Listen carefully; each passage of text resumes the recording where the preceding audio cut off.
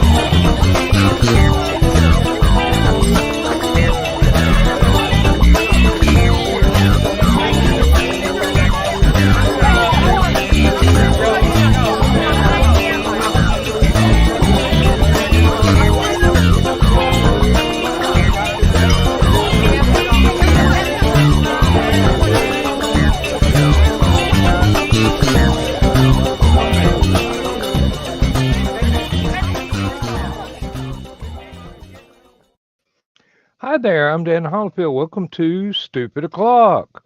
Joe Dog is not going to be with us this evening unless he pops in to check on us.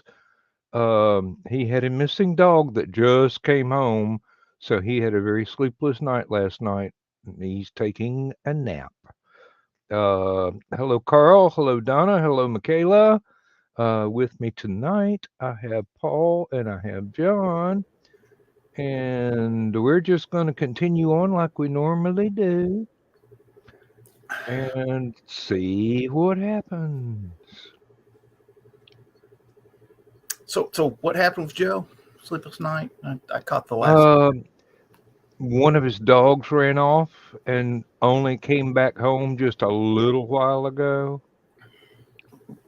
So he was up all night worrying about the dog, which, is an admirable thing.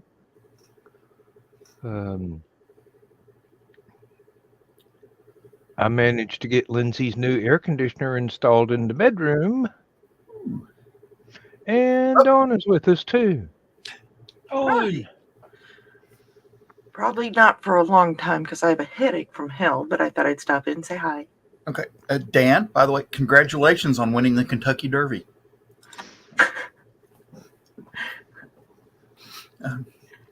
It's all that horseradish. Yeah. Hey, Rob, how you doing? Rob's here. Yeah. Hey, Rob. Greetings, Rob. We got Carl and Donna and Paul. Paul. Michaela's here. Hey. Yeah. Hey, Michaela. So, I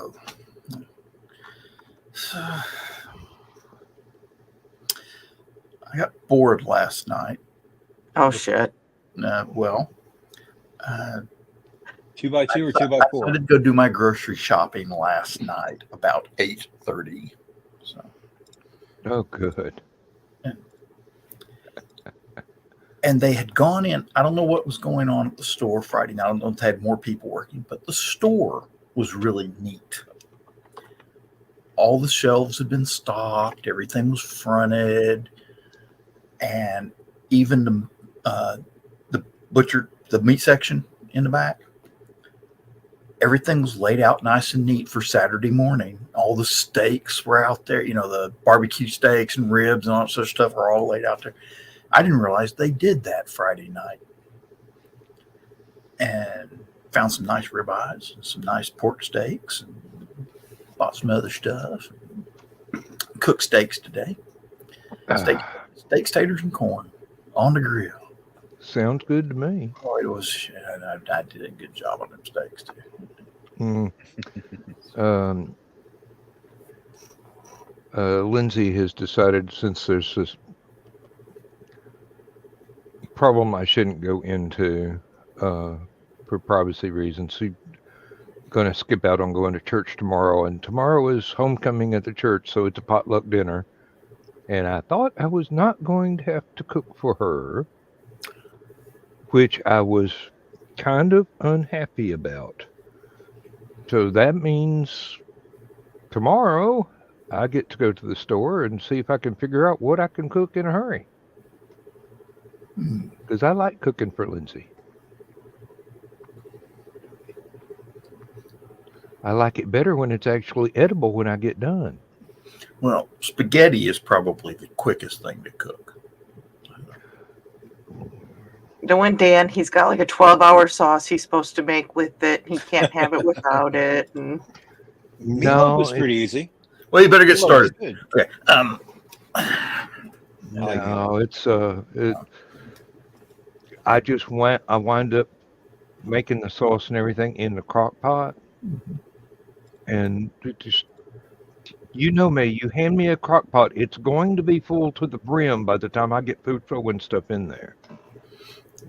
What is it? Why is it? Okay, it's you and your wife, but you fill up a crock pot big enough to feed 12 people. It's like me and Barry. I'll go make chili in a crock pot, and it's gallon of chili. And it's gone day and a half later. Depends. Sometimes it usually takes me about 3 days to get rid of a whole crock pot. it has carrots in it.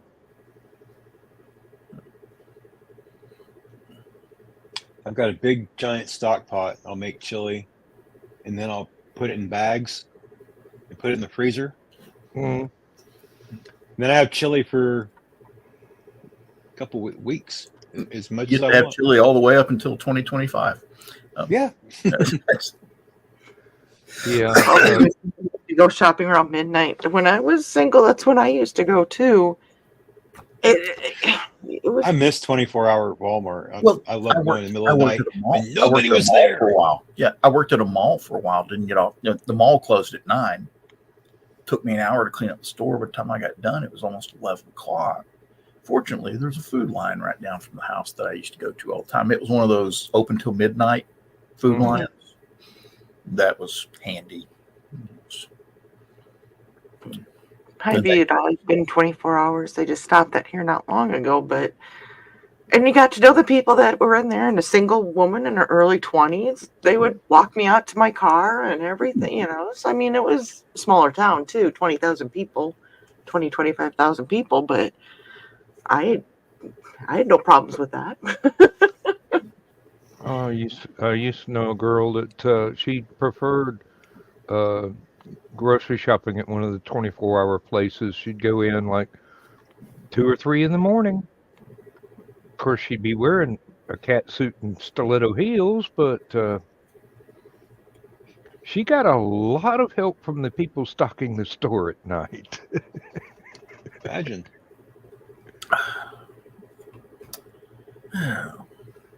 Anybody do anything fun for May the 4th be with you? Installed an air conditioner. I sort of watched the Kentucky Derby on it, all the races up until the actual Derby, on and off. And, of course, it rained all night and into the morning here. We got lots of rain last night. And Here too. Because we needed it, and I didn't have to water plants. And Hey, that's always a plus. anytime I don't have to drag a hose out is a good day. Okay. And let's see, I sat in here, watched movies, played around on the computer. I'm reading my book, and I'm rewatching. I found it free with ads on YouTube.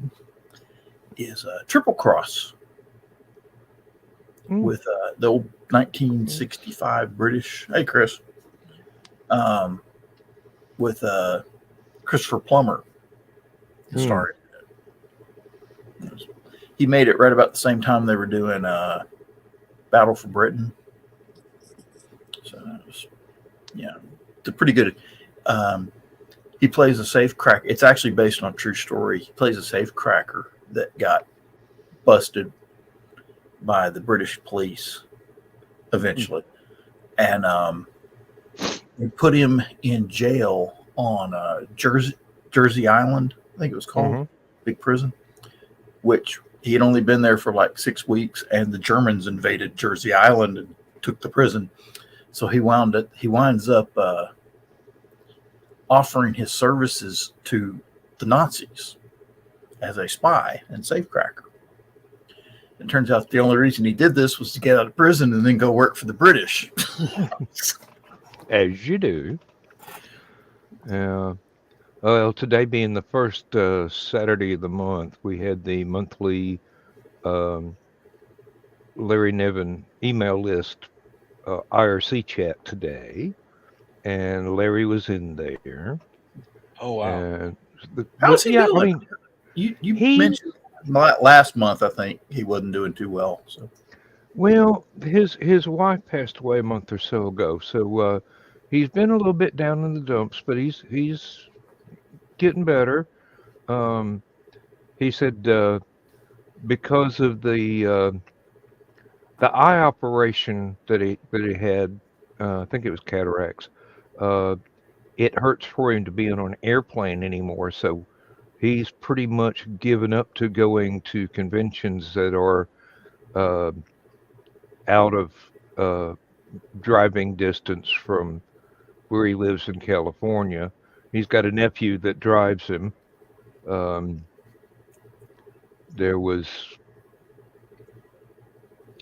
some exciting news that I'm not allowed to talk about, but it's not exactly. I didn't sign an NDA, but I have to treat it like that. So nobody's watching. If you're a fan, next couple of years might be something for you to be excited about. Well, Rob got some free comics today for free comic book day. We went and watched The Phantom Menace this afternoon in the theater. Wasn't my idea. I just went along for the ride. I just went for the popcorn. Hey, Phantom Menace has a lot of good, A, has good actors. B, it has some good story points. The whole how did the Sith come back into power sort of thing. Kind of cool. Mm-hmm. Of course, they leave a lot dangling, so you have to kind of guess what the hell is going on. Canon, non-canon sort of stuff. Yeah. Mm-hmm. They'll probably any there's dangling plot threads will probably be tied up in other bits and pieces of the extended media. Supposedly, what's his name? Sheev Palpatine, who was the Chancellor back then. Supposedly, he used the Force to make Shmi Skywalker pregnant. So technically, he helped to father Anakin. Right, because like she said, I was pregnant. But I've just never gotten into the prequels. And everybody's like, well, the sequels are worse. And I'm like, yes, I know that, but I just never could get into the prequels. They're talking 4, about 5, 6. They did some video games. Knights of the Old Republic, which supposedly takes place thousands of years before the Star Wars that we saw on the screen. And it was when the Sith were first defeated by the Republic eventually. And it formed what we consider to be the Jedi Academy that we see in Luke Skywalker and all them, or Anakin Skywalker and all them. And there's this one character that made Darth Vader look like a Cub Scout. Darth Revan. And there is a big fan petition for them to make the movies about Darth Revan and get Keanu Reeves to play Darth Revan. Well, I know in the Old Republic, the MMRP, whatever, G game, blah, blah, blah, yeah. that there's a... EIO game, yeah. Yeah, that thing. That there was one of the expansion packs that had him on there. But in the original chapters, there was like a mocking of him. It's kind of hard to explain, but yeah. Yeah. I've played the Old Republic off and on for 10 years, so.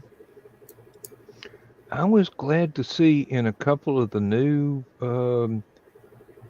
not only the newer movies, but the some of the streaming series that they actually paid attention to plot points from Brian Daley's Han Solo trilogy and L. Neil Smith's Lando Calrissian trilogy.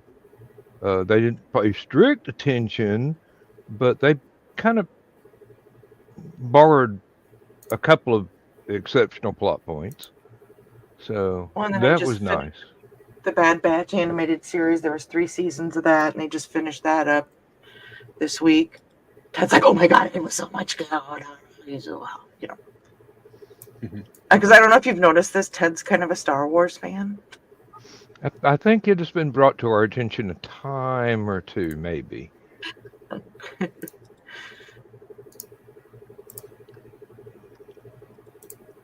But it was fun getting out there. Carl's me glad I grabbed some Munsies. Oh. Carl will be proud of you. I know. And then set some more up that are more than 300 yards away from your house in the rain. No, these were the physical ones. They were actually in the parking lot of the movie theater. And Donna's proud of you. Yay, Dawn. Oh God, Carl read about the guy Ben McIntyre wrote up his story very well. The book is Agent Zigzag. The actual guy that the stories are based on is Eddie Chapman, and they nicknamed him Agent Zigzag because he kept changing sides so much.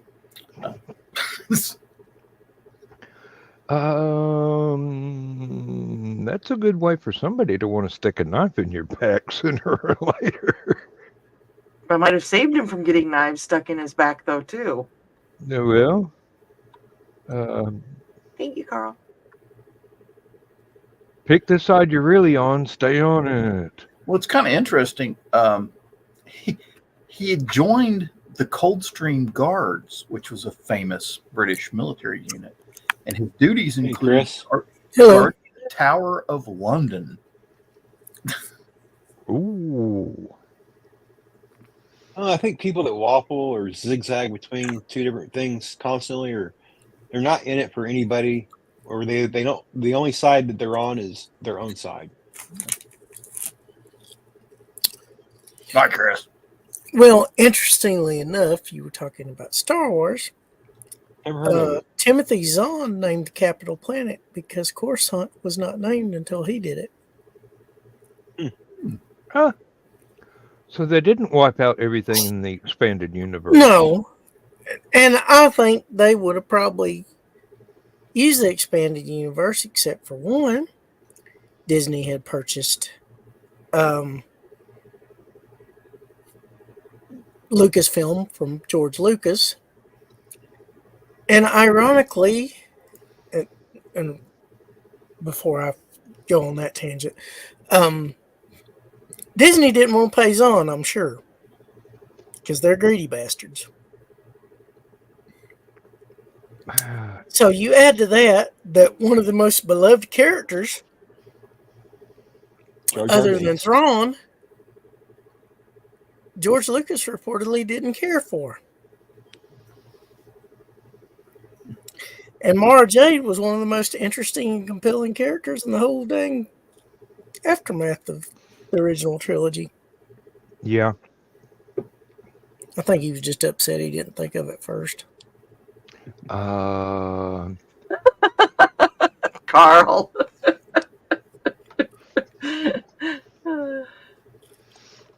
That's in probably the quite prequels, I like true. the theory. Hey, Donna. In the prequels, I like the theory that Jar Jar Binks is a dark Sith. My theory is R2D2 was the Dark Lord of the Sith. Think about it. He was always there. He kept a lot of information to himself. And the only times they ever destroyed one of the Death Star bases was when he was incapacitated. Got shot. And rule of, they got that rule of 2 for the Sith. Darth Vader shot him in the head and they blew up a Death Star. See, in the second one, he got shot by a stormtrooper and slightly electrocuted, and they blew up a Death Star. And then in the third one, he was in a coma, or the second to last, or whatever. I mean, it's not impossible considering it's not impossible considering his origins. Exactly. He's not. I said he's not a Dark Lord of the Sith because Luke's the only one that can understand him. C-3PO can understand him too. Yes, but C-3PO is not a human or a humanoid. That is a biological one. I always thought that was kind of strange that Luke could understand the other droids, and then his uncle wanted a droid, which wound up being C-3PO, that could speak Bachi, because one of the machines. Moisture evaporators. Yep. It spoke in Bachi. So even their machines, the water condensation capturing or whatever, that obviously spoke also, which is kind of really strange. Well, they were programmed to speak. Yeah, technically the Millennium Falcon could speak. We just never saw it, we never heard anything. Yeah. I found out something the other day that was kind of interesting. The command cabin on the Millennium Falcon, how it's off to one side? It was originally designed to rotate, and the ship rotate underneath it. I thought it did. That was the B-Wings. The B-Wing. It was supposed to rotate like the B-Wing. But actually, I saw something today on a post in a group. The canopy, the cockpit of the Millennium Falcon, was the only thing that they retained on it, because the original Millennium Falcon looked a lot like the Eagle One craft on Space 1999. Yeah. And so what originally was mixture of it and what became the Blockade Runner, became the actual Blockade Runner, because they put a hammerhead design in the front of the nose of the cockpit. It took the cockpit off the front of it, and that's what became the cockpit on the side of the Millennium Falcon. Yep. And that was actually done in 7 days, so Ralph McQuarrie didn't even have any chance to do any concept drawings of it. It was done after the fact. Wow. Kit bash. Use that kit bash. And that was one of the reasons why the movie got made, other than Alan Ladd Jr. Was head of Fox Studios at the time. He believed in the project.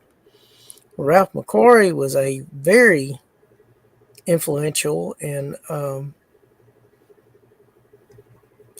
well-respected artist, and that helped George get the final funding that he needed to get everything rolling. And it didn't hurt. He had some very well-respected actors like Peter Cushing and Alec Guinness in it. I'm just trying to think, who's Osaka's ship? Osaka's ship is one of them that turns to where when she takes off, it rotates. I can't keep up with all the B-Wing rotates because. Well, I don't know if Osaka's ship is a B-Wing. Oh, well, hang on a minute. I can fix that. You didn't see the B-Wing until Return of the Jedi. Yep. we didn't see it, but it doesn't mean that it wasn't out there. And Ahsoka's Correct. Well, it was a design that Akbar had, because Akbar Right. learned a lot. Yeah, the calamari people. Empire. the bullhead. And he was one of their chief architects. Now, the Y-Wing was probably the backbone of the Rebel fleet because it was slower, but it had ion cannons, it had proton torpedoes, and it had heavy shields. It just wasn't as fast as an X-Wing. And technically, it had a gun turret that could shoot to the rear of the craft, but they never. They kept getting all the pilots killed faster than they could put gunners through training. So,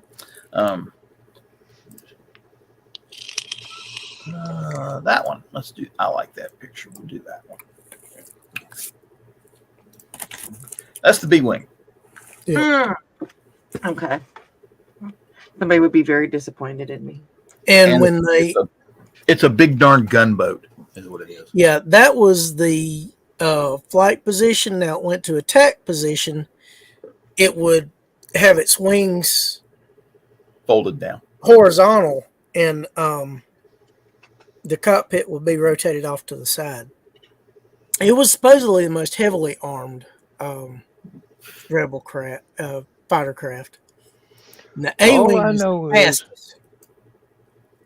All I know is those things were terribly difficult to fly in the Star Wars video games back in the day. I mean, we'll do this one. I like that. That's Okay, nice. Ahsoka had a T6 Jedi shuttle.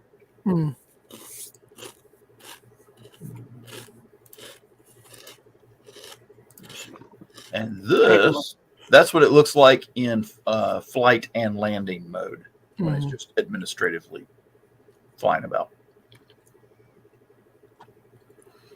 But it could be vertical or horizontal in attack mode. Right. And the cockpit could be on either side depending on Rotates. Yeah. and who was flying it and what their preferences were or what the mission called for. Or what they were attacking. Yeah.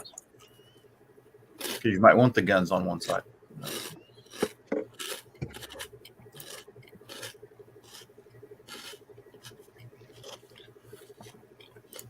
they were terribly easy to crash into something because they were so much bigger than everything else. Yeah. I mean, you get used to flying an A-wing around, No kidding.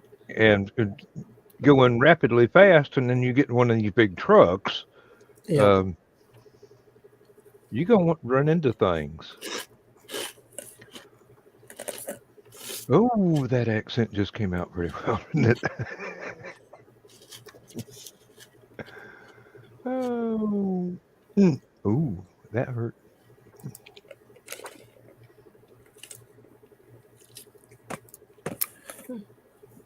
And let me see. And here's one for I don't know if Dawn knows these, so I'm going to throw another one at you real quick. Don't need that. That's the little A-wing fighter.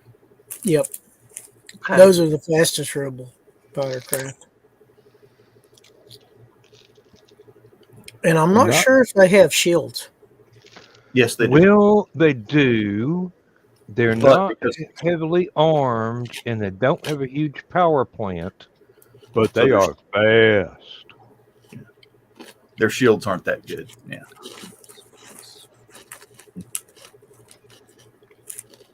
Well, do you know how to transport the Emperor shuttle? Yeah. Let's see here. That is a Tiberian. Wait. It's kind of a joke.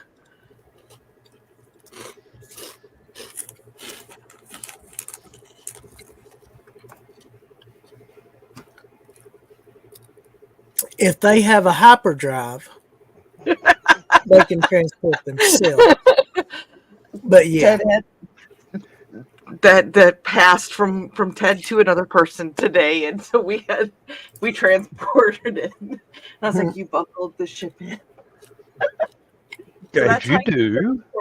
the Emperor shuttle. But the interesting thing there are two different types of Imperial shuttles. There's that one, and there's a bigger shuttle. This is the bigger one. It's not the Tiderium one or whatever. This is the big one that the Emperor gets off of on 6, at the beginning of 6. Well, I didn't know they had two different ones. I thought they were.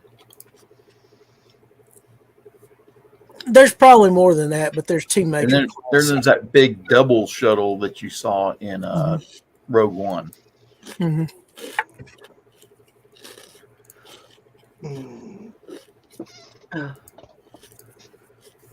Yeah, so I had to get a picture of that once he got it all buckled in. I was like, oh my. So then the friend that it passed hands to, they put it in his car, and he buckled it in too. I'm like, oh my god. I mean, I get it. It's the safest way to transport on something like that, but it's just humorous to me that they buckled it in. Yeah. Oh.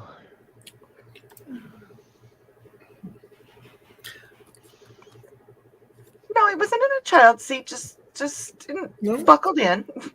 He may be Emperor, but he still has to obey the seatbelt laws. Okay? Right, exactly. Oh. Yeah, that was definitely a good one, John. Unlimited power. Put on your seatbelt, Emperor. I am the Republic. Put on your seatbelt, Republic. Yeah. You made the law. You need to obey it.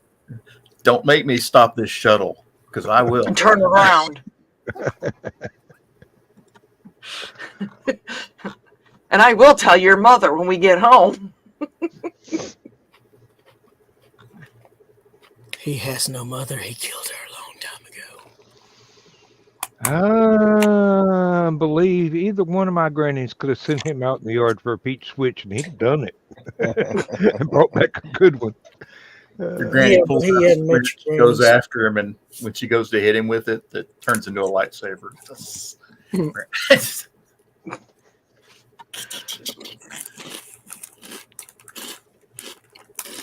Hearing him crunch from off stage is kind of funny too, though.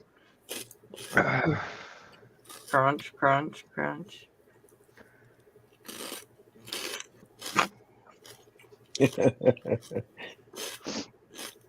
Whatever it is, it's good. Sounds like Chex Mix. It's that taco he got last night.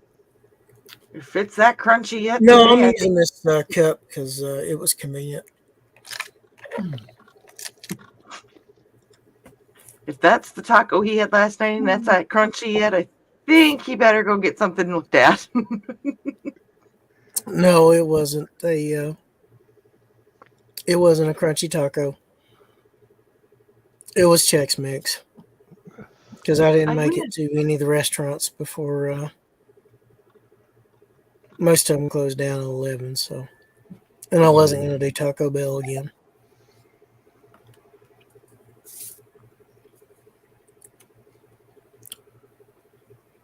So I like had the to rye get chips. something. I like the little rye chips. Those are good. They used to have, and I guess you can still find them if you know where to look. I haven't seen them in a long time, but sesame sticks. Mm-hmm. Yeah. I used to eat the heck out of them when I was a kid. Yeah. Sears used to have that candy and nut bar snack Oh, bar yes. right in the middle of it. You know, they sold chocolate covered ants and stuff like that in there too. And Swedish some fish locations, and, yeah. and what were the little chocolate drop things? Star drops. Yeah. Those they were like chocolate mint, and I was like, Always got the sesame sticks at Sears. Always. Oh, Remember the I remember. Twigs crackers? They were like the cheese Yeah. sesames. They were like, yeah. Oh God, those were so good. They stopped making those, I think. mm, The mall where I lived, it was in Chattanooga there in Hickson. Yeah, Northgate. Northgate Mall. Northgate Mall had Sears was right there. Walden Books and the camera store was right out in front What of was it? Sears. B. Dalton's was right Mhm. there too, wasn't it? Or No, it was Walden Books.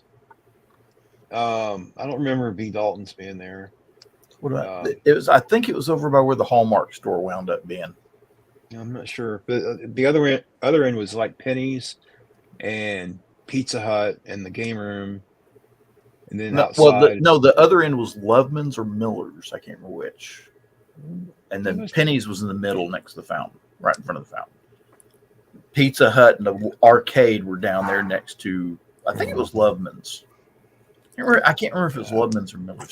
Now, Eastgate had both. Might have Loveman's been Dillard's, but I worked at the game room. I was a manager in the game room for a while there, across from Pizza Hut. Oh, God, I miss that Pizza Hut too. Oh, it was good. Yeah, good Yeah, Pizza Hut. you couldn't drive past that mall without like, ooh, Pizza Hut. Ooh. Well, usually if we were going to a movie, we went to Pizza Hut first there. Yeah. And then we'd go to the back when movie. the movie theater was still inside the mall, they had two theaters. I never saw one inside the mall. Yeah, it's where the Science Center was by that time. When was There was that? a bar. There was a bar down there too. There's a Shenanigans. The Shenanigan, is that the one that was right there next to Miller's? I think It was on the opposite side of the mall from Pizza Hut. Right. Right across from that was the movie theater. Well, I didn't really get remember to movie go theater to being any of the Chattanooga malls back in the day. Now, when I was very, very little, I remember going to Woolworths at Eastgate, and I loved that Woolworths store. and Murphy's. Oh my God, I used to love those. yeah. They had Orange Julius at Eastgate. Orange Julius. Murphy's and Woolworths had a toy section that had models and testers paint. So I was in. I used to go to the hobby shop in Red Bank, over where the Godfathers was. Yeah, that one too. That was a toy store. I can't remember what it was called. It was a hobby shop. They had science stuff and models and everything. I mean, they didn't have like toys. The Sears. They had model in trains, and my dad shopped for trains, and I shopped for Rebel plastic airplane kits. I don't The remember. Sears in Athens, car. before they ever built the first mall in the county, they used to make sure that right there at the front door was the candy counter. And we'd walk in there, and I would pester my dad for just a little paper bag of mixed nuts. I always liked the And, Swedish fish. Oh, They don't- Lindsay had me find some of those for her just This is Northgate. midwinter. Yeah, this was the Sears. This was the J.C. Penney's, and this was either Miller or Loveman's. I can't remember which. I think Yeah, I can't remember. I'm misremembering. I thought the Penny's was right there too. over here that was the Yeah, Pizza must have Hut. been. Hey, it's a pizza. It's a pizza place again. Oh, darn. But over here, Probably couldn't That get was the Pizza smell out of Hut. the building. and that which is now North Georgia Heating, that was the arcade. Was that's that where I Old worked. Chicago that's there? Oh, I'm I sorry, worked what? there. Old Chicago. Yeah, never heard of it. That's weird. I never heard of it. And then over here, they've changed it so it doesn't look right. That was where the bar was. Shenanigans. Shenanigans. This was the movie theater. Never saw a theater there. Really? Yeah. Of course, they changed all that. 70s and 80s And If then you- 90s, I don't remember ever a theater. The theater was across the street. That's the only one we ever went to. If you look at the roof here, you can see the movie theater where it was. And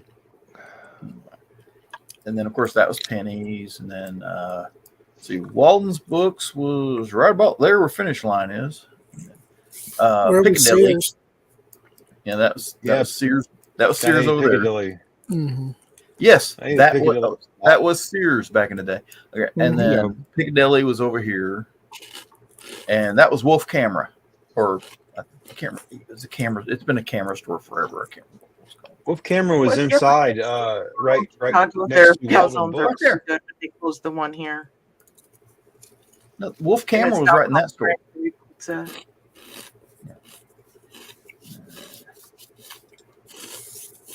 That was the main entrance. Oh, they got an Old Navy. Ooh. Used to be Eckerd's. Yeah, it used to be Eckerd's. Or the Eckerd's used to be maybe on the other side of the dumpster or whatever that is. No, that Eckerd's was Or no, it it was a wasn't big there. Eckerd's that took up this whole area here. Yeah. It's- No, it was Well, in the it's middle. Yeah, interesting- Eckerd's was in the middle. Eckerd's was in the middle. Because I Right there, remember. Yeah. It's interesting to see how many stores have openings to the outside now. Weird.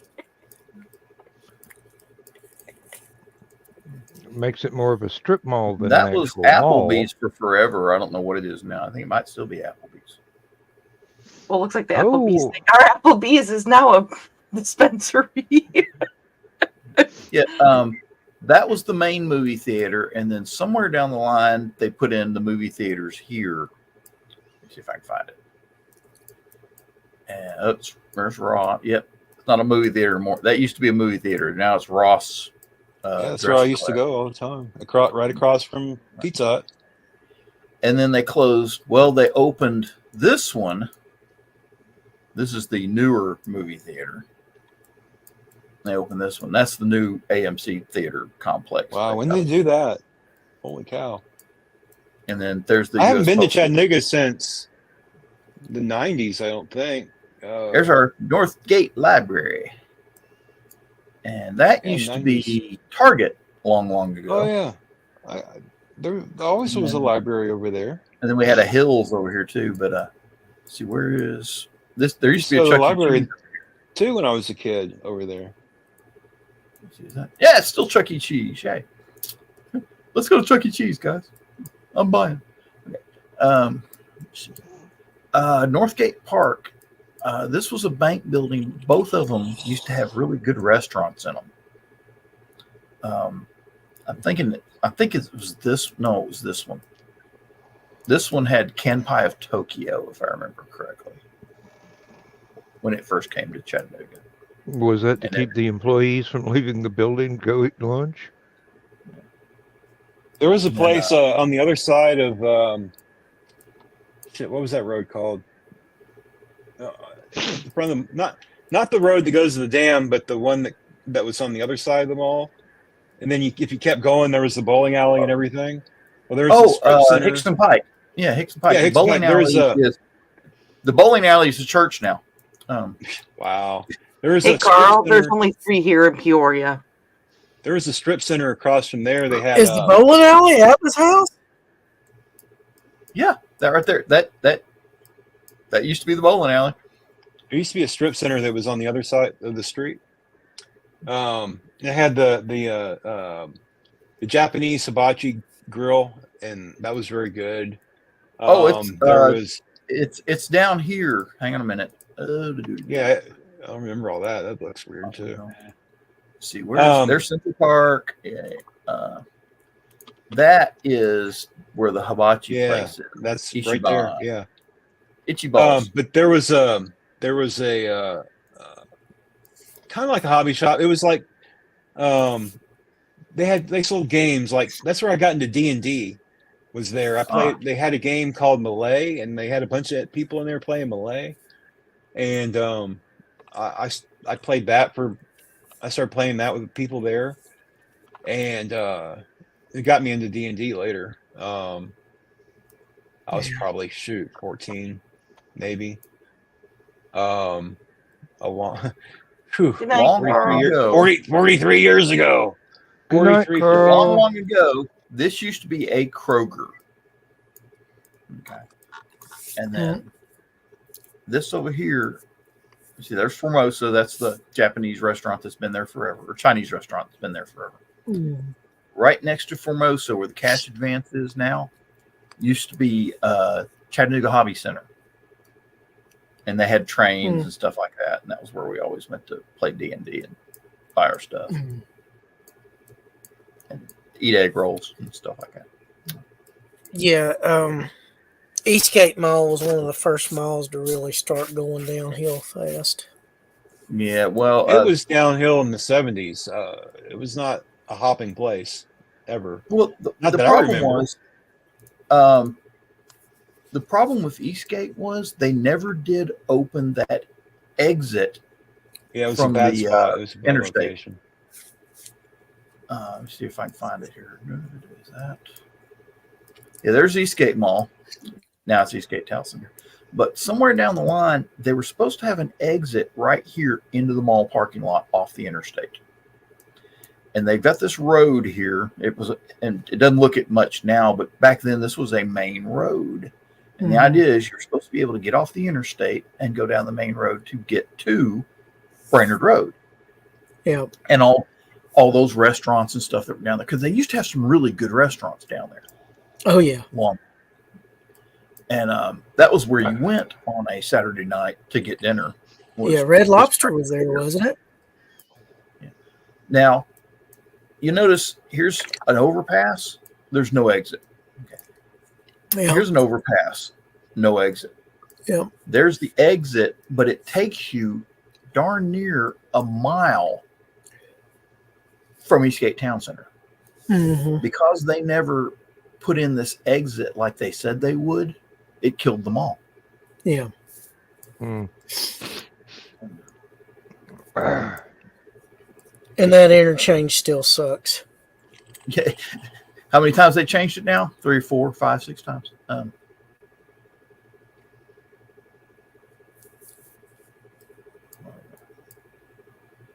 And then I think there was actually a slight conspiracy. The people that owned Northgate Mall later on came in and put in Hamilton Place Mall, dun, dun, dun, which really, that was the nail in the coffin for Eastgate. Oh, yeah. I remember when that was brand new. Yeah. Oh, And there's they gave a its own restaurant- dedicated exit. restaurant my ex and I used to go to all the time was the Acropolis. Mhm. They had good Yep. food. I love their. I liked it. Great. Acropolis is good, but I liked it better back when it was Perkins. I'm probably not far behind Carl and Donna. I'm getting tired. All right, Donna. Oh, I hope you have a good night. Good night. good night, Donna. Good night, Carl. Good night, Carl. Good night, Moon. And now they're trying to kill off all the malls and yuppification of downtown Chattanooga. So Mm. Well, that's everywhere. They're trying to get rid of malls, which is stupid, and a lot of that's greed. But that is. People don't go to malls Well- anymore, though. It's just Yeah. not like they used to. Well, it's because malls charge too much rent. The stores don't want to pay to be there, and nobody wants to go there because all the cool stores have left. Yeah. and I'm it- very it- glad it- that we got to. damn near every weekend you hear a shooting at a mall. So, Yeah. Well, there was somebody that I seen somewhere says they need to turn abandoned malls into retirement homes for Gen Xers and Boomers. Mm-hmm. Hey, as long as they got a skateboard park in the middle of it, that'd be great. skating rink, really big skating rink for Yeah. Oh, the skate rink I used to go to. Bring used to back remember the phones. across the bridge from the mall, going towards toward Sonic Hickson, Daisy and everything. toward Middle Valley. Yeah, and Hickson, Roller all coaster that. skate world. I used to go there all the time. Played video games. I go to all night skates, lock-ins where they had the lock-ins and stuff. And There's that one. There was another one in Red Bank up there by the post. It's post office now. and then Red Bank Skating Center turned into a roller coaster bottom out, turned into roller coaster. Then we used to go ice skating sometimes at the Choo Choo ice skating rink. Mm. I'm glad we got to experience the Choo Choo before they decided to ruin it. Oh God, they have ruined that place. I've started getting ads for what few hotel rooms they've still got left. Evidently, they salvaged my Do they still most have the model ancient railroad? email at least? address. No, the model railroad thing got moved. A lot of it got torn out, but I think they moved most of it over to the Chattanooga Railroad Museum. Mm-hmm. Well, at least it's Chattanooga somewhere. Railroad The Museum only thing was trying to get everything they could out of the Choo Choo. Yeah. Because the Choo Choo was tearing it out. They tore down the signal tower. They tore it down. The actual Choo Choo terminal is on the Registry of Historic Landmarks. Mhm. So they can't do really anything with the terminal. But the signal tower was outside of that property and was not covered by the National Registry protection. So they just said, we're going to build some apartments here and tear it. And they just bulldozed the hell out of it. Did you ever meet the guy that was always running the Trolley. little trolley? Yeah. He was a savant. You know, he was a savant. You could ask him. He would ask you where you lived, anywhere in the world, anywhere in the country. He'd tell you road by road how to get to where you live. Well, but the only hotel rooms they have now is Building 1 and the train cars. Yeah, I figured they would keep the train cars. That's too much trouble for them to move. Yeah, they have to now because there are no train tracks. They're staying where they're at. Unless you got a They crane. tore up the train tracks. Yeah. Oh, I used to love that first con suite that we had there with a swimming pool outside. Oh, yeah. That was great. Penn Station. Penn Chattanooga Station. Choo Choo. Chattanooga Choo Choo, the restaurant, was the first place I ever in my life ate shrimp. Yeah, I used to back love in the day, Darden that restaurant. was the restaurant to go to in Chattanooga for a very long time. And they used to have a Sunday champagne brunch. Went to that a few times too. And Yep. you'd see all these old ladies in their Easter dresses in there every Sunday, right after church. Yeah, my stepmother liked going to those, so we went a couple times. And the Reed House used to have something like that. Reed House used to have a really nice restaurant area downstairs. They actually used to make tuna salad, ham salad, coleslaw, potato salad, chicken salad, tuna salad, and they sold it at Red Food Store in the area. You could buy these containers to make your sandwiches and stuff out of. And, I don't know what happened to that. They just don't really. They have 2 restaurants in there now and a Starbucks, but they don't have the original Reed House restaurant. No. I'm not sure how old you are, John. You're probably close to my age or a little older, I guess. I'm guessing.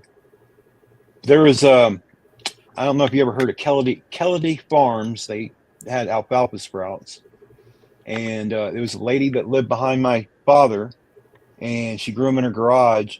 And when I was 13 or 14, I worked for her, and I was growing the alfalfa sprouts, and then she boxed them up, and they go to restaurants and grocery stores all over the area. But I made them. I grew them. It was cool. See, Alfalfa sprouts are oddly delicious. Yeah. We used to have some really. You remember Sailmakers on Brainerd Road, where all the waiters and waitresses would dress up as famous movie stars? So, there was this one girl there used to do.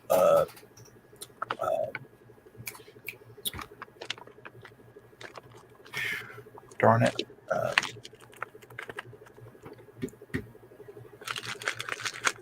Brain lock. I'll remember in a minute. Mae West. Ah. Used to do Mae West. and just and looked and played the part hilariously. Mostly we went to like Shoney's, Pizza Hut, the Country Kitchen. Do you remember Shakey's Pizza? Crystals. Oh God, yes. We had a Shakey's Pizza. Shakey's used to be everywhere.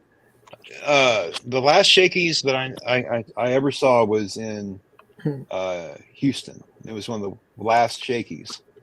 Well, it was more like not Pasadena, but more like out closer to NASA. It was like one of the last Shakey's. But we had shoot, my dad loved Shakey's, so we went to up in Hickson Red Bank area. You had Darris's on Ashland Terrace. Don't remember that one. We started doing Godfather's a lot. Godfather's was like I used to work at Godfather. I love their pizzas. I just the management went to hell, and I was one of the employees that said, "Screw you, I'm going home." I came in one day to do deliveries. I was a delivery driver for them, and you do prep work and then you do your deliveries. So I came in, started doing prep work. And normally, while I'm doing prep work, the phone starts ringing for deliveries right around lunchtime. I'm sitting there doing prep work, doing dishes, stuff like that. No deliveries. That's odd.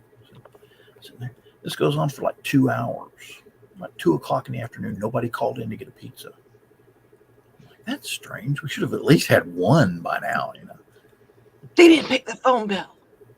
Turns out they had taken the phone off the hook earlier in the day because they were busy doing prep and stuff like that and getting ready for the pizza buffet and didn't want to be disturbed by the delivery calls because we didn't actually start delivering until 12. and I'm like, you mean I've been sitting here for 3 hours doing dishes, doing prep with no deliveries? Did you ever get to drive the hearse for deliveries? No, I did not. They'd already gotten rid of the hearse by then. Oh, okay. Because I'd have bought me a black pinstripe suit and a fedora to drive that damn hearse. Let me tell you. Heck yeah. So, well, hey guys, I think I'm gonna head to bed myself because I have had a horrible headache. Oh, I'm sorry. maybe he's already asleep. No, because he'd be right there. You made it 1 hour. You might as well stay another. I contemplated even coming on, and then I was like, yeah, might as well for a bit. So, Well, you have a good night. Glad you decided to grace us with your presence. well, you guys have a great night, and see you guys Monday night. Yeah, hope y'all start feeling better. Monday night. Hope you start feeling better. Yeah.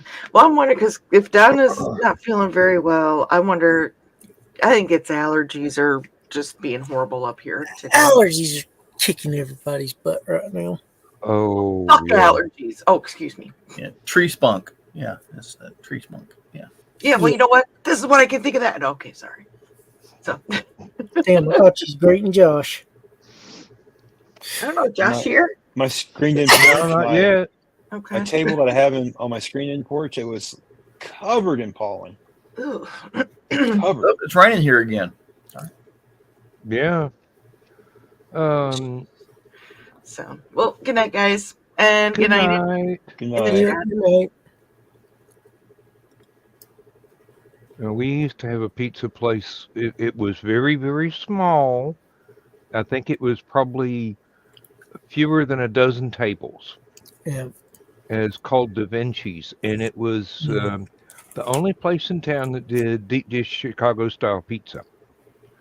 And pictures of sangria, and the college students made sure that it was very well attended for as long as it was open. It was a lot of fun. I haven't had a good Chicago style pizza in ages. Mm.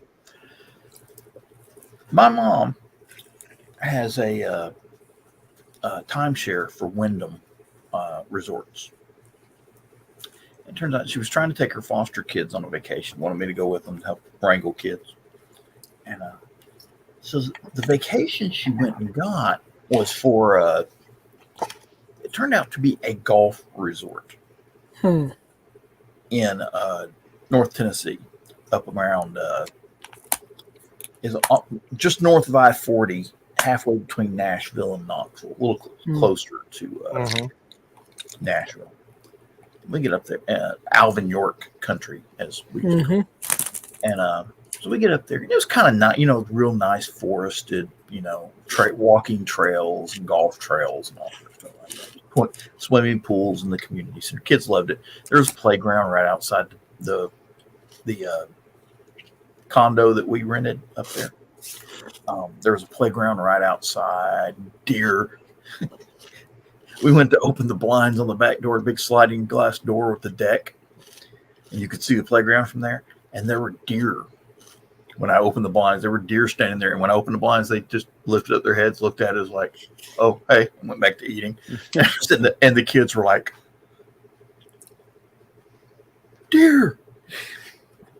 Welcome to lunch. And as we were driving up there, it turns out there's a Godfather's Pizza up there, middle of nowhere. Oh my God! I miss those. It's in a gas station. You know how gas stations sometimes have a little shack restaurant type thing? Their shack restaurant was a Godfather's Pizza. Wow. And I went in there, and sure enough, it's got the same crust, the same sauce, and the same sausage and hamburger. It's like, oh, wow. We ordered Godfather's. We stayed up there for like a 4-day weekend. We ordered Godfather's twice.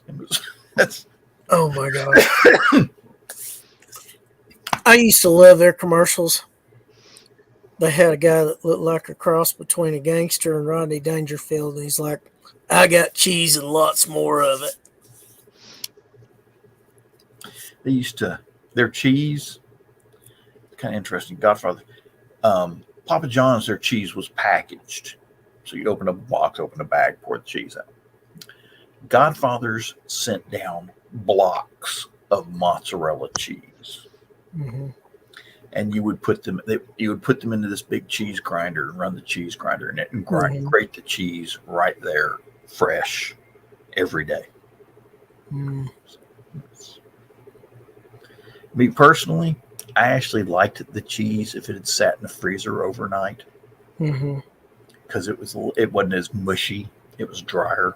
So I think the flavor really worked it, and it browned better. So that's my personal preference. I was there at Godfather's at Highland Plaza when they came out with the I think it was the 30-inch pizza pan or something like that. Oh, good Lord. Oh, it was huge. The jumbo pizza. Yeah, party size. And the boxes were just. Yeah, that's perfect for a bunch of teenagers. We had to order new pizza bags just to carry the damn pizzas. They were that big.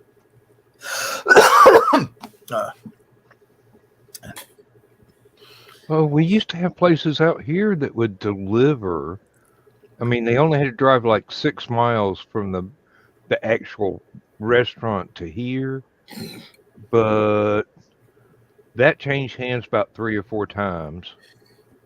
And now I think it's a hot wings place that you can't get anything from unless you just phone in the day before to make an order. They do a booming business on game days at University of Georgia, but like I said, you've got to decide you want it the day before. You can't just go, "Hey, how about some hot wings?" and drive out there. But, I think we went for my 50th birthday party. Everybody wanted to know where I wanted to go eat for my birthday, and I picked the pizza place. We went up there, and they were just about a week from taking the tables out and changing hands to the hot wings place. They're just so glad to see us, and walked in there. they cooked a couple of extra pizzas and had the pizza bar. They stocked that up. I mean, it wasn't late at night. It's just they were only a week from going out of business. Mm. But because we came in there, they treated us.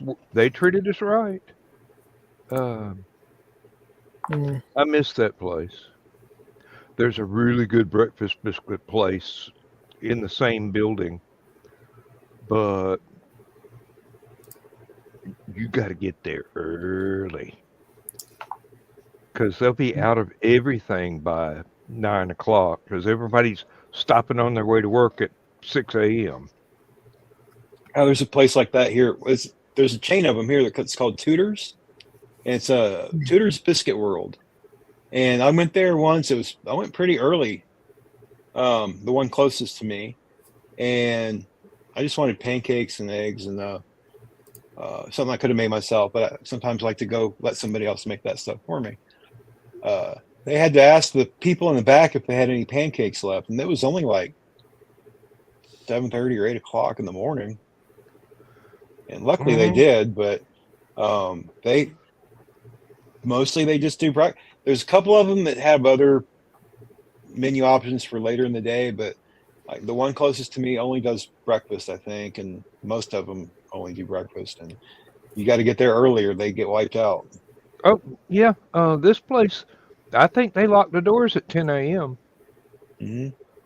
Yeah, it's like over here that Tudor's is 11, I think. Like they just ain't got nothing left anyway. You know, I used to like when I was ride sharing with the guy I worked with. I made sure he drove in the morning and I drove in the evenings when we went from day shift to night shift. Because I didn't want to die. He was drunk by 7 in the evening. Had to do something to put up with that place. No, he'd stop there or at the Golden Pantry, which is damn near just right across the road, every single morning on day shift. And it was about 6:15 or so, and sometimes they would be running out of stuff, and you'd see somebody's grandma in the back crisping bacon and frying ham and whatnot, getting ready for the next 30 minutes worth of customers. And good Lord, Cat's Head biscuits.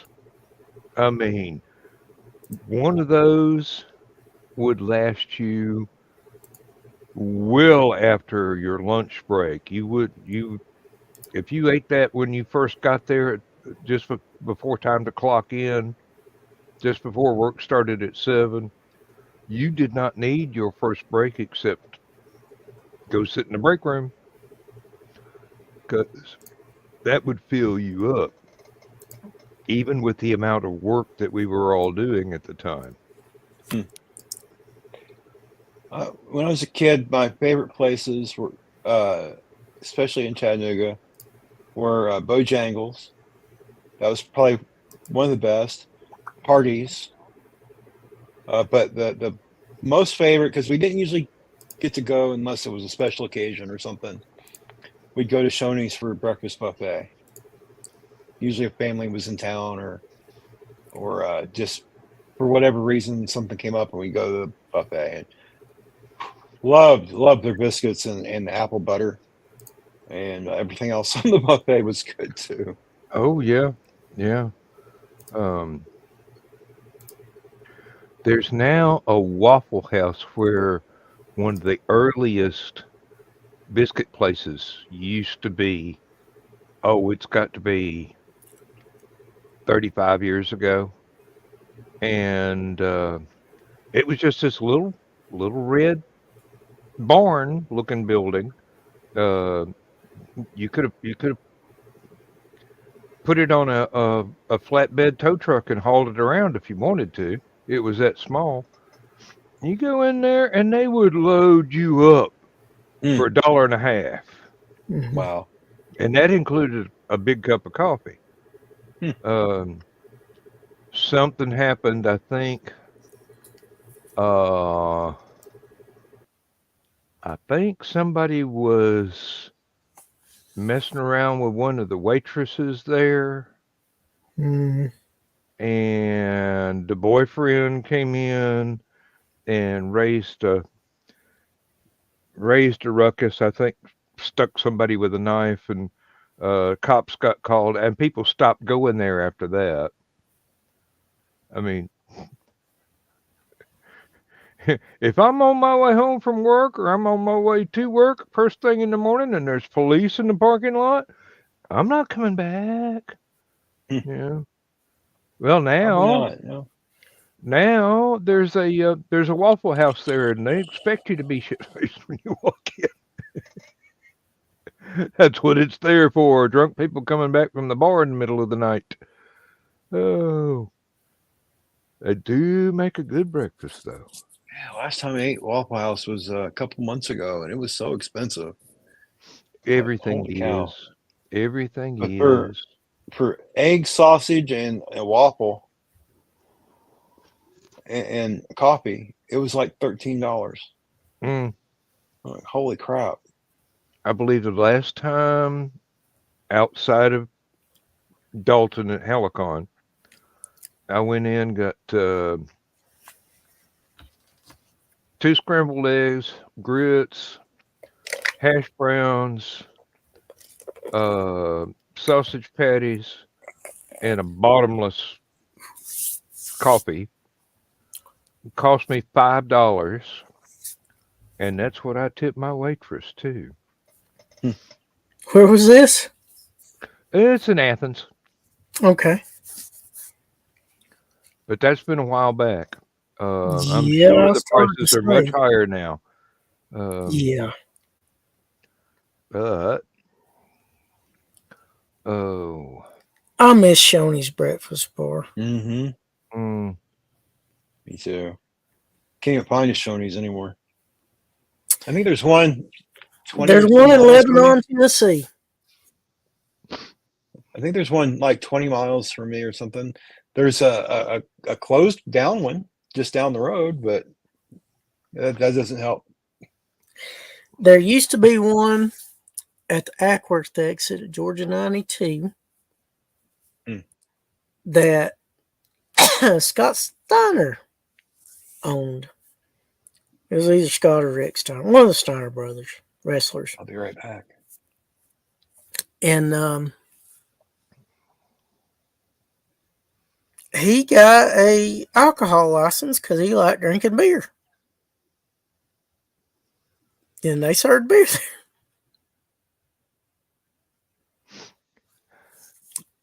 talk Now, about last time I drove by there, it didn't look like it was still in business, but there used to be one in Lake City that when I was a child we'd go to maybe once a month. mm-hmm. About the same regularity as you'd go to a Howard Johnson's, which was Mm-hmm. In Caryville. But it's closed down now, and I think Mm-hmm. the only thing there now is across the road from where the Shoney's used to be is a very good Cracker Barrel. Mm-hmm.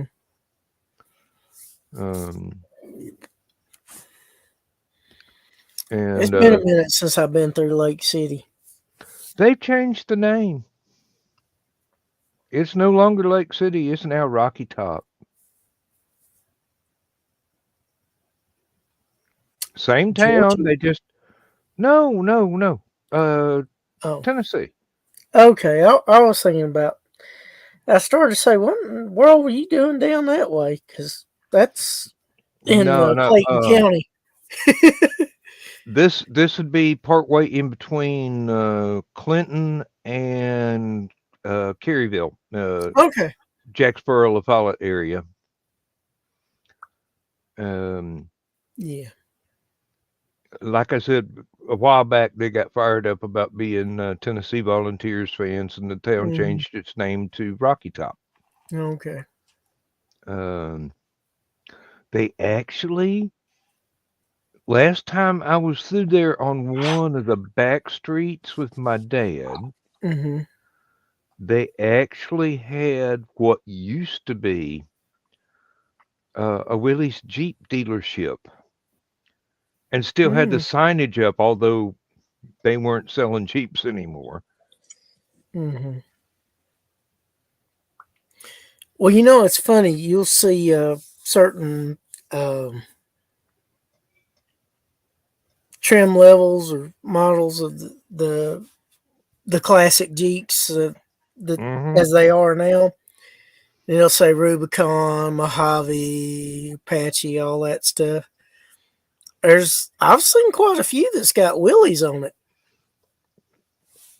There is one company that is making reproductions, Mm-hmm. and they are determined to get it as close as possible to the real deal. Mm-hmm. They are not cheap. No. You could Well, probably number buy one, two Jeep. You'd probably be able to buy 2 Jeep Cherokees and roller skate than buy one of their. But there's another company that's trying to they're bring back. probably having to. Go ahead. They're probably having to remanufacture this stuff because it's no longer or hadn't been in production in ages, and that's not easy to do. No, it's not. You've got to either have the original blueprints or find somebody that can reasonably reinterpret the original blueprints. Yeah, and you've Now, got to have the I'll tell production you, equipment to manufacture it. I saw one company. They are actually making new copies of the U.S. Army Jeep in a box. The Wow. crate full of Jeep parts that you get and have to assemble yourself. Cool. That'd be fun. It would be, except there's no shock absorbers, and the seats are just basically lawn chair cushions. And I mean, you can dress it up however you want, but it's still that 4-cylinder put, bump, bump, bump, bump ride. I wish we'd had one on the farm. Actually, that would have been fun. That's one reason why I liked having my dune buggy. I could go out terrace jumping on the farm. Didn't have to worry about tearing nothing up because it's already broke. I would love to have some of the older style vehicles with some of the technological improvements of today. Oh yeah. Could you imagine a 1970 Mustang with today's brakes, with today's softer ride, I'd rather have a along with the 64 and a half. suspension? Mm-hmm. I'd rather have the 64 and a half Mustang with modern accoutrements. 1957 T-Bird. That'd be nice. I mean, I was just using that as a general example. It wasn't. I know, but if druthers would be druthers. I mean, With a 57 Chevy, nice classic, awesome looking car. Dad had a 56 Bel Air. I wouldn't mind having a 73 Torino. Well, yeah, everybody. And not necessarily the red one with the white chevron stripe or swoosh stripe.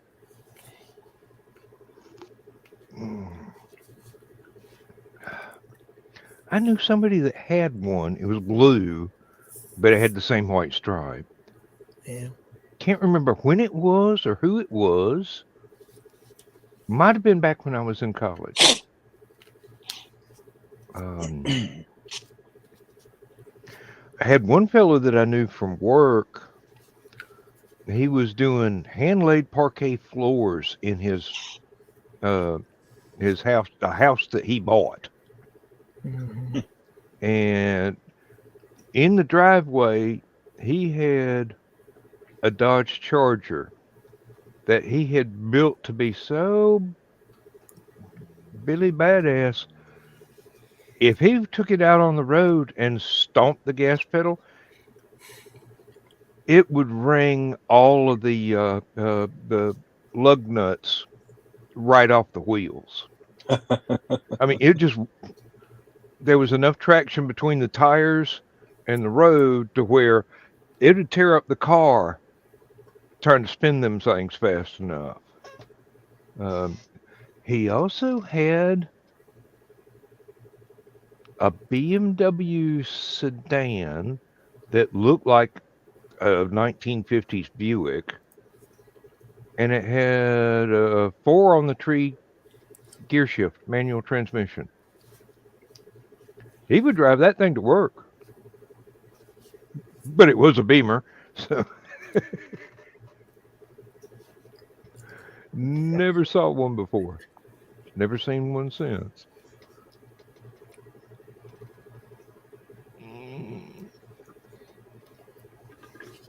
I believe I need to go down the hall. I shall return shortly. Buttons ain't.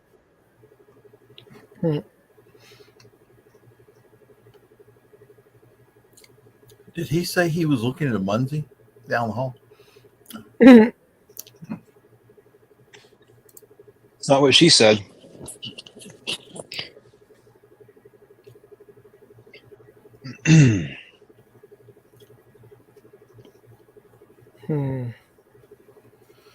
I almost put the app on my phone for Munzie, and I thought, nah, I won't ever do it.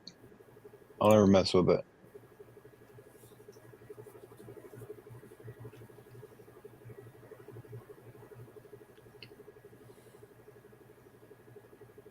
Always frustrating with the people looking for Pokemon everywhere.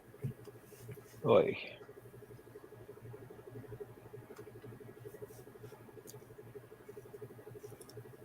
Well, crap.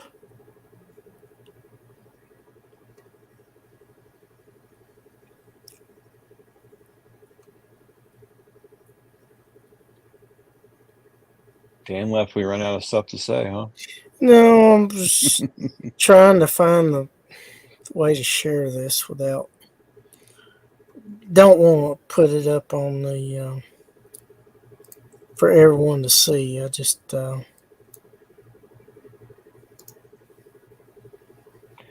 I'd like to find out where Dan goes to talk to Larry Niven on IRC.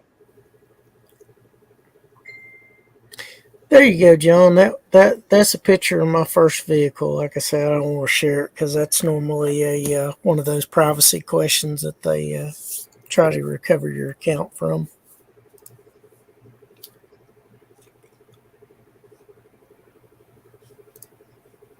That's not the actual car, but it's almost a carbon copy of it.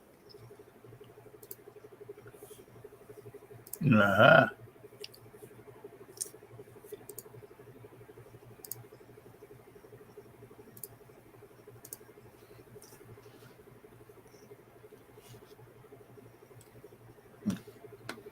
Mm-mm.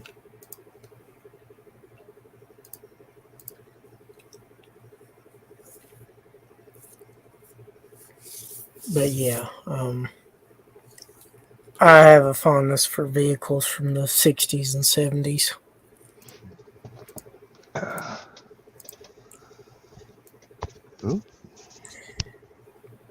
And yeah, the Mustang that was used in Street Hawk, that's one of my favorite body styles.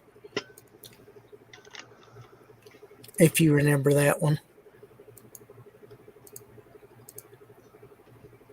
With Rex Smith as Jesse Monk.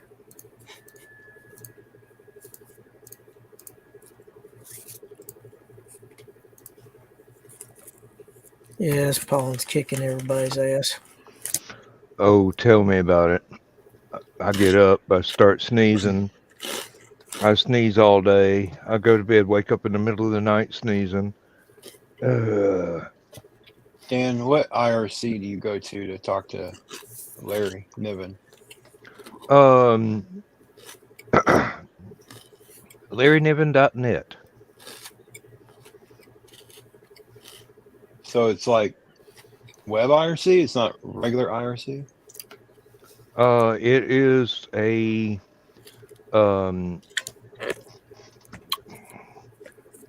it's a very, very small IRC server, standard IRC server, Mhm. but it's owned by a friend of ours in Kentucky, and it's basically running out of one of his old computers set up in a closet with wires running to it. Hmm.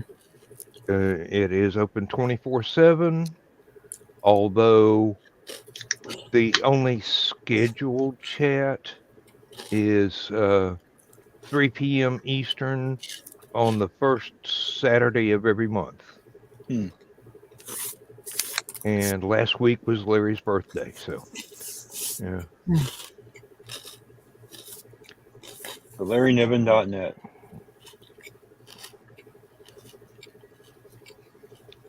I might be able to remember that. There may be Check people it out. hanging around in there still talking. I don't know. I mean, the groups from all over the damn world. Right.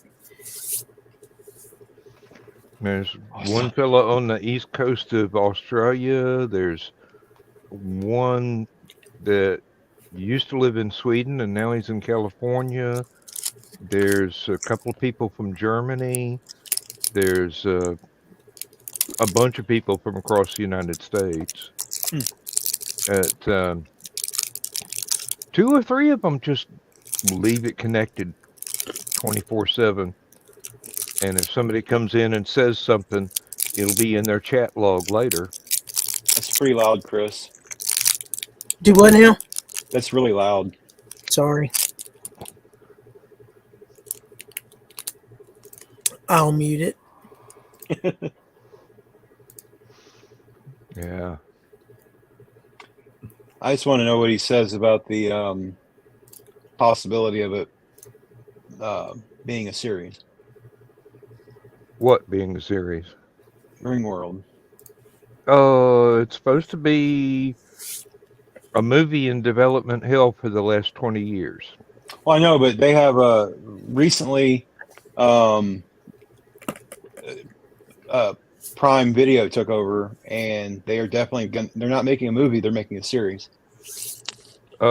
We all hope that it's not going to be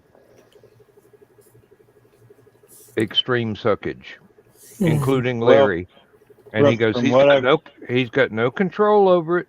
Right. They bought the rights. They can do what they want.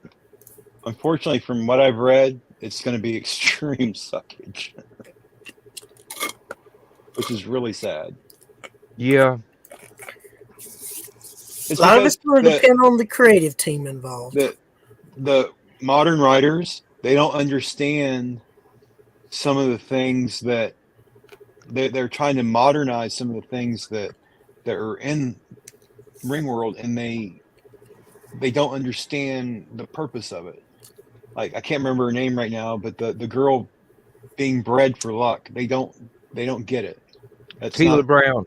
Yeah, they can't get it in their head that there's a specific reason for that.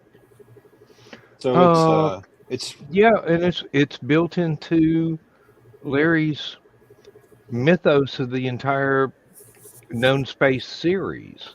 Yeah. This happened on Earth. This is why this happened on Earth. There's these other stories that will explain it, but you didn't buy those. They want to. They're changing it because a female shouldn't be used just because she's lucky or something. It's really weird, twisted mentality of how they're looking at it.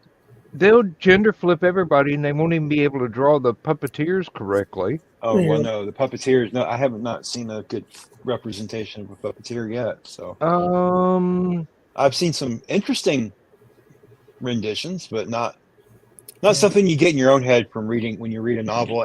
Everybody's version of it's going to be personal if you just read it in the first place. Wayne Barlow did one that I liked, but it wasn't what I saw when I was reading.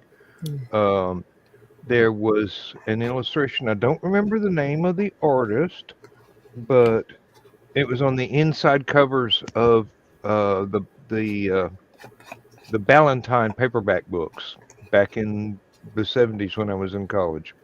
The first copy I bought, so that resonated with me. I thought that was about as close as anybody was ever going to get. But I do like the fact that Star Trek does reference the Kazan, but it was the animated series. yeah, and Larry actually wrote that adaptation himself. So But yeah, I heard somebody once say the best representation of the Kazan was the Kilrathi in the Wing Commander game series back in the day. I'm sure you would get a lot of agreement on that. That was really close. If you never saw it. the third and fourth versions of it where they actually had live actors in it, they did a pretty damn good job. I've never heard of the game. It was one of the first games to mix gameplay with cutscenes with live action. It had Mark Hamill in it, and the main Voice character actor. that you played, and then Malcolm McDowell was like his commanding officer. John Shuck, great character actor, was I think one of the Kilrathi. The guy that played Biff in Back to the Future was Maniac.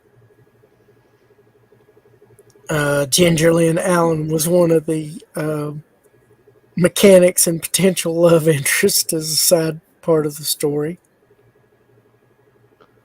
And yeah, third and fourth were actually had live actors in it.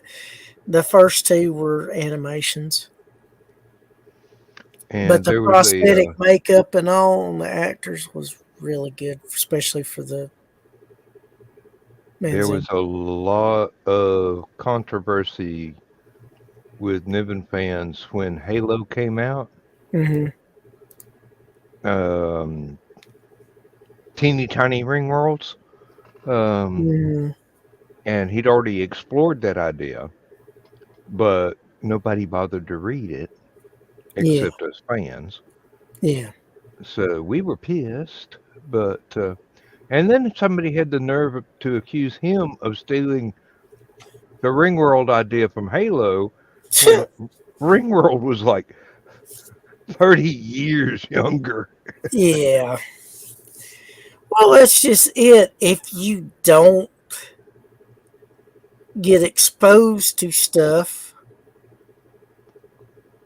that happened beforehand, you're not going to know anything about it. And really, the main holdup to doing Ringworld accurately is you got to pay attention to the scale of the place, and at least two of the actors are going to have to be CGI. Yeah. Well, and the crazy thing about Halo is these things were designed to keep a virus, which the virus infects people, and it doesn't just it takes them over. And the virus is so widespread, it's referred to as a flood, the flood. And these halos are designed to wipe out anything that virus might possibly inhabit that is humanoid or takes a larger form where it can cause more destruction. The only thing I know about Halo is the series that it's a decent book series. It's kind of depressing because you're dealing with a no-win situation. I wish everybody luck on what they're doing, but I don't hold up high hopes for a really good Niven adaptation being filmed or even a series. It's just there's too much. Oh, we got to change this. We got to update that. It's set 200 years from now, 300 years from now, 1,000 years from now. Don't update anything. It's fine as it is. Well, here's hoping the suckage won't be as bad as everyone. There's probably going to be some suckage. It's probably unavoidable, but as long as it's not major suckage, it might not be that bad. It's not going to be as good as everyone hopes it will be. And, No. That's just wishful thinking. That's kind of foolish. Oh, and the group occasionally that we'll have an entire Saturday chat where we're fan casting the movie with the voices we want to hear for each character and who should play this person in live action, who should play that person in the live action. That's just kind of fun, though. Oh yeah, I mean we do it just for fun. It's not like anybody's ever going to pay attention to us. Although we have had spontaneous discussions in there that made Larry go, "Wait a minute, that's a good idea. I think I'll write that one." Entire book written because of the chat. Wow. Well, I'm friends with some fans of the Wheel of Time series, and there was some fan casting of characters, which obviously with Amazon Prime taking over the series and all, they're going to do what they're going to do. And some of the choices wound up, I think, being fairly good, and the other ones, not so much. But you're going to have that shit. I mean, it's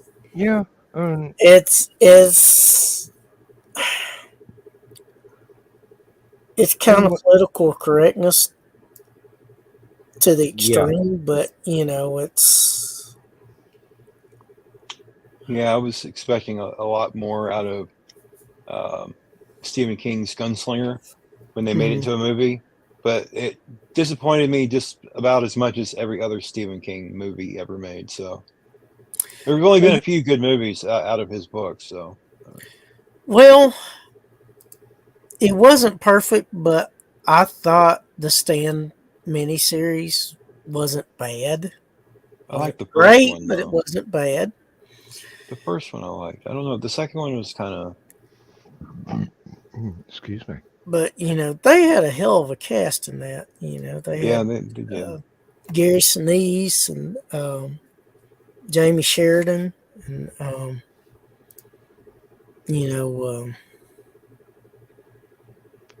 not Miguel Ferrer's son. I can't think of his first name.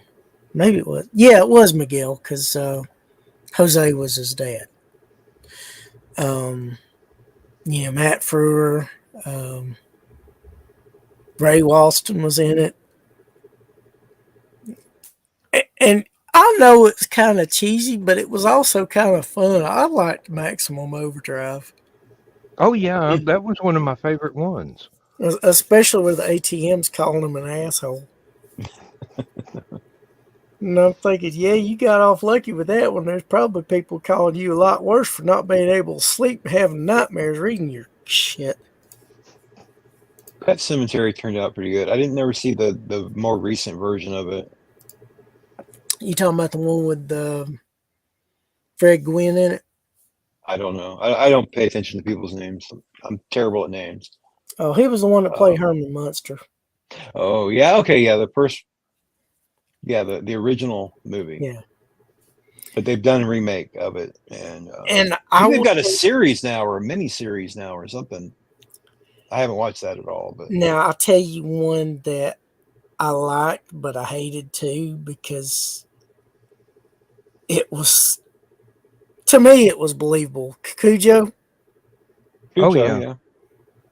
Because I love that dog, and I hated that dog turning into that. I'm like, why the hell did you have to pick such a pretty dog? I read the book.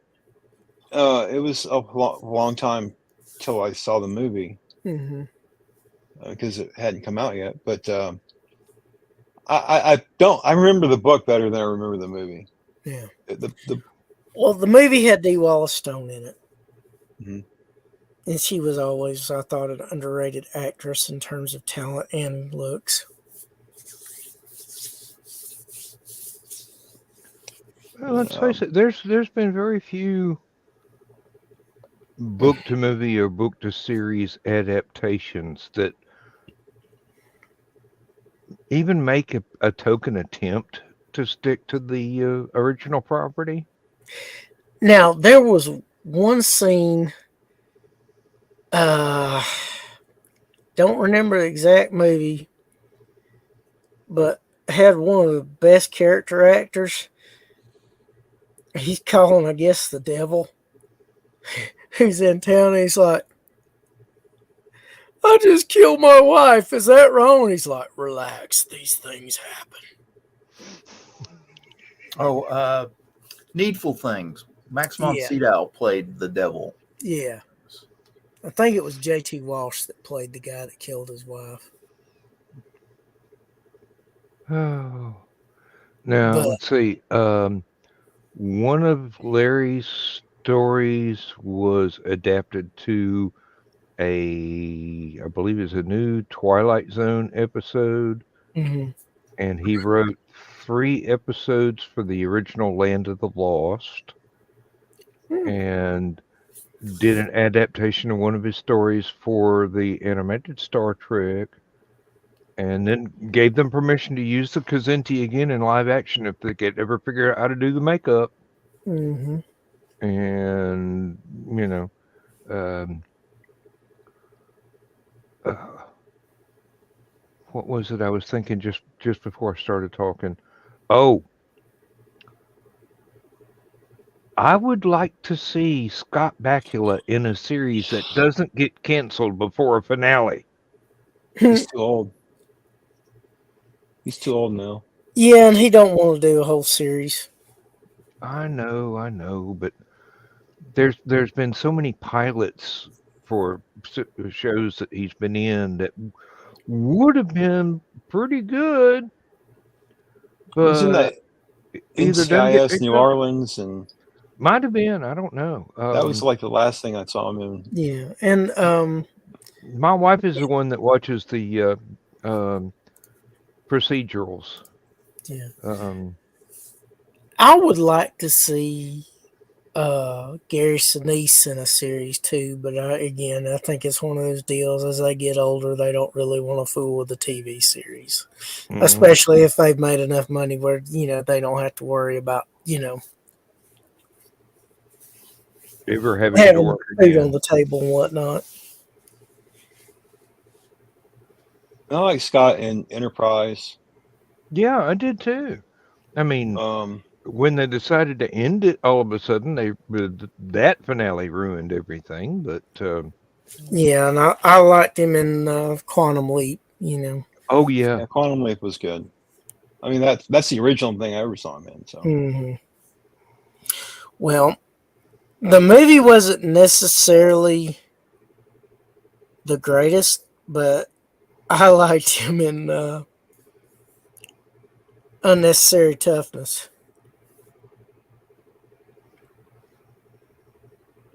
Or might have been Unnecessary Roughness, but not sure. as a movie where he played a basically this Texas University football team got the death penalty, and they were bringing it back with a new coach that was played by Hector Elizondo, and Scott Bakula was a farmer that the coach wanted him to be his quarterback for. So here he was, like in his 30s, coming to play football With a bunch of college kids. It was pretty entertaining. I think Quantum Leap was about the best thing to showcase exactly what he could do. Hmm. I mean, it had to be a different character every week. Yeah. Um, He was some very of this, talented actor. some of the scripts were,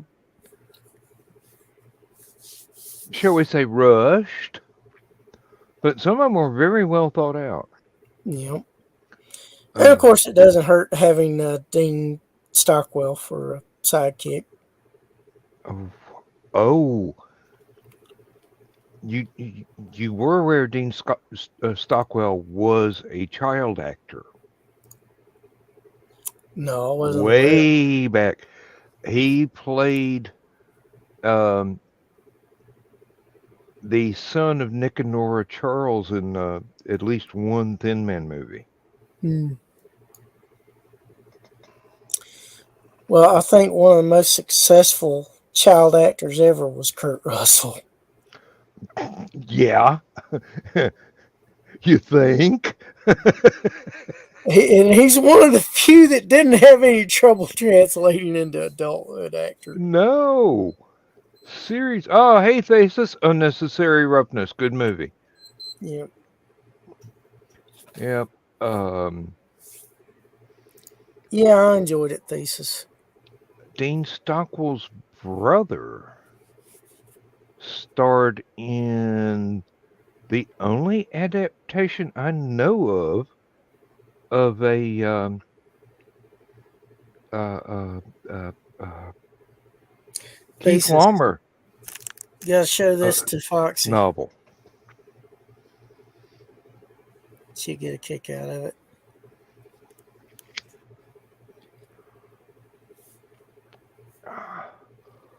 Kansas City. Mm-hmm. Ah.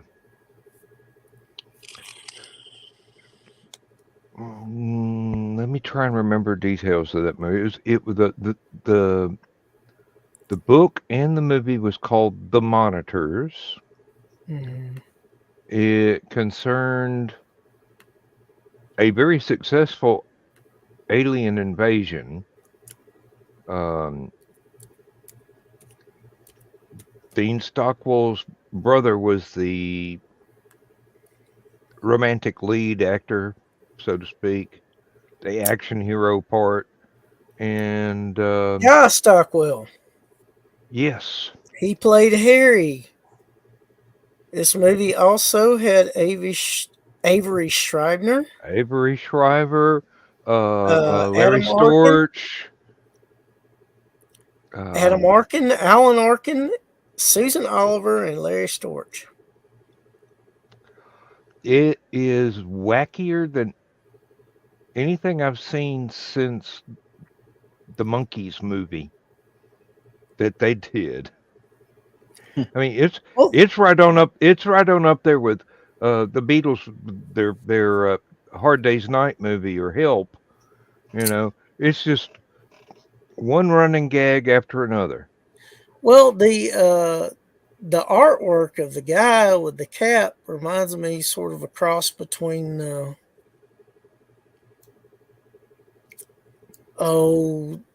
the Avengers series with Patrick McNee. And Maybe it's a little bit of such a Beatles beautiful, thrown in there, yeah. and maybe a hint of Father Guido Sarducci. Oh yeah, and it was actually almost as wacky as the book, but it was the 60s, so Yeah. but that's about as close as I've ever seen. I don't know of any other Keith Laumer property that's been adapted to live action Huh. or even animation.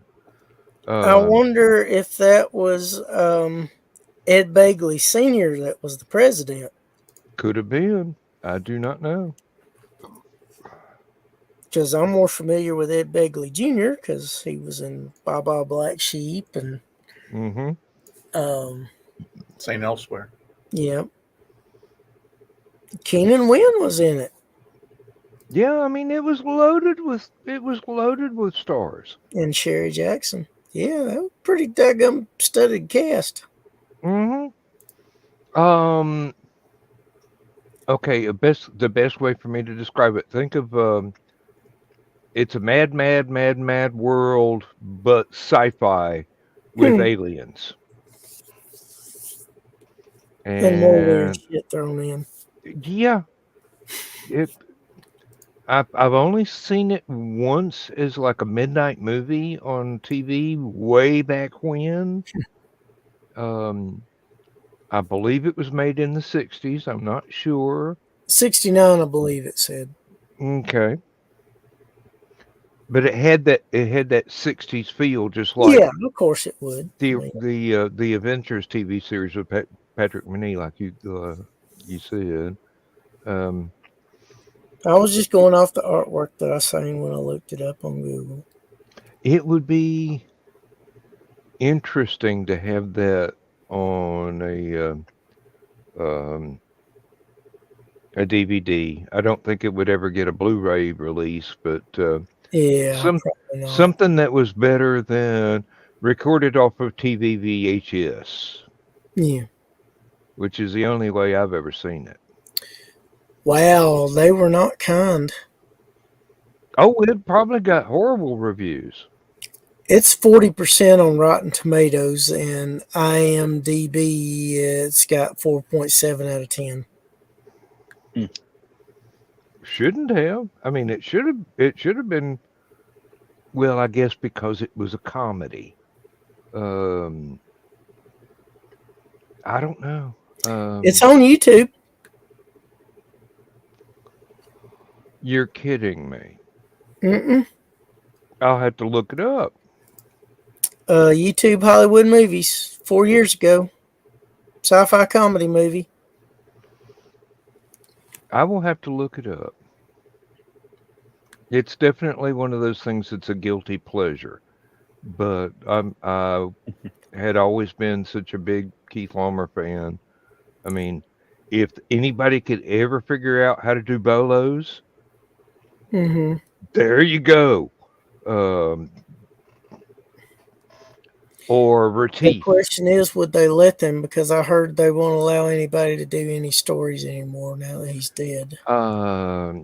The estate has asked that no more new Bolo novels or short stories be published. Yeah. Because I've got one and a planned sequel that Terry Weisskopf told me at LibertyCon one year. I sat down and asked her, and she goes, "Hey, sorry, can't do it. The estate has said no, so we can't publish anymore." I think David Weber was one of the last ones to get a Bolo type novel or series or anthology or whatever together. John Ringo's got a very good one too. I think he co-wrote that one with someone. I'm not sure. Yeah. I would have to go to my shelves and look. Yeah, I remember the artwork for one of them. There's a Bolo there, and there's a girl that looks like she might be 4 or 5 standing in front of it. Okay, that one doesn't ring any bells with me, but they've had a bunch of different covers. Well, I think this was one of the ones that was either anthology or one that David Weber was in.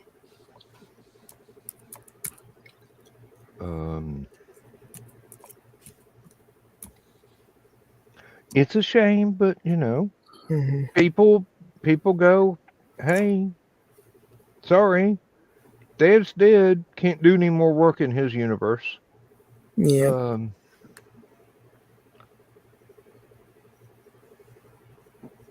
And we missed something here. We did.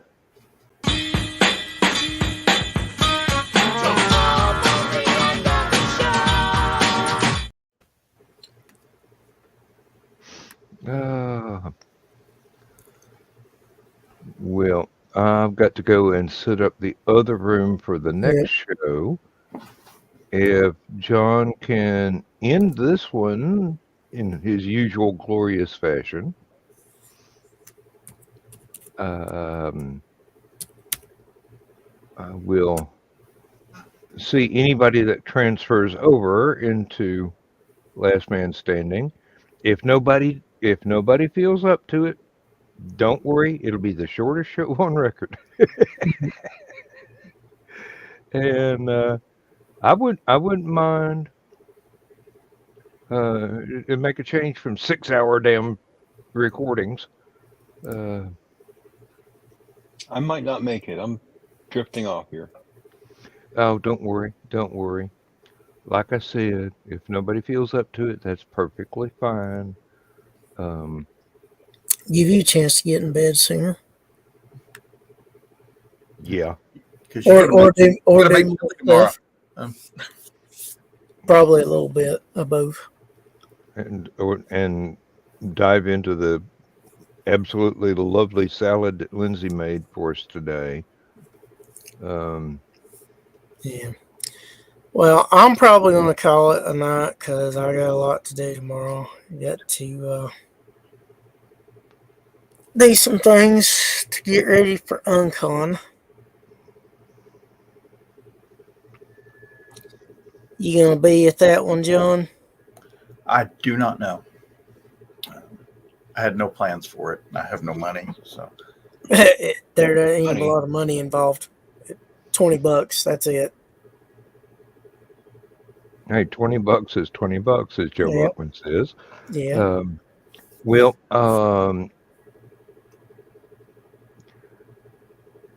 assuming that both of you are there, give Dawn a hug for me. Okay. And I am going to, well, I've already got the window open, so we got like 3 minutes left. I'm going to duck out into the other room. High Flight is just about to play, I'm sure. Yeah, I got about a minute. Yeah. And we shall see everybody when we can see them. And boy, I'm surprised Joe Dog didn't pop in and ask if we'd actually hit the start button.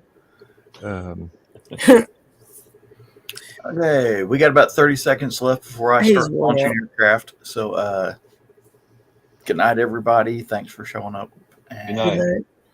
And we see y'all next week. Don't miss next week's show where we'll have a secret surprise guest.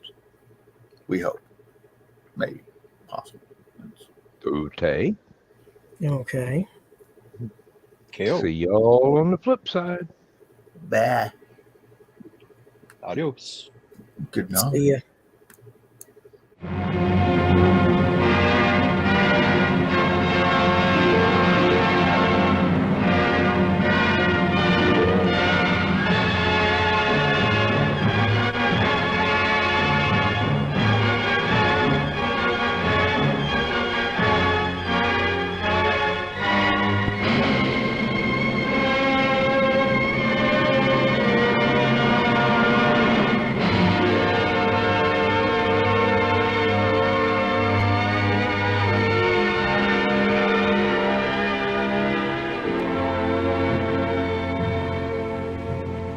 I have slept the surly bonds of earth and danced the skies on laughter-silvered wings.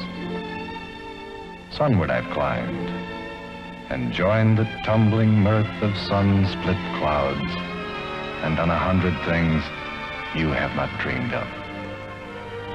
Wheeled and soared and swung high in the sunlit silence.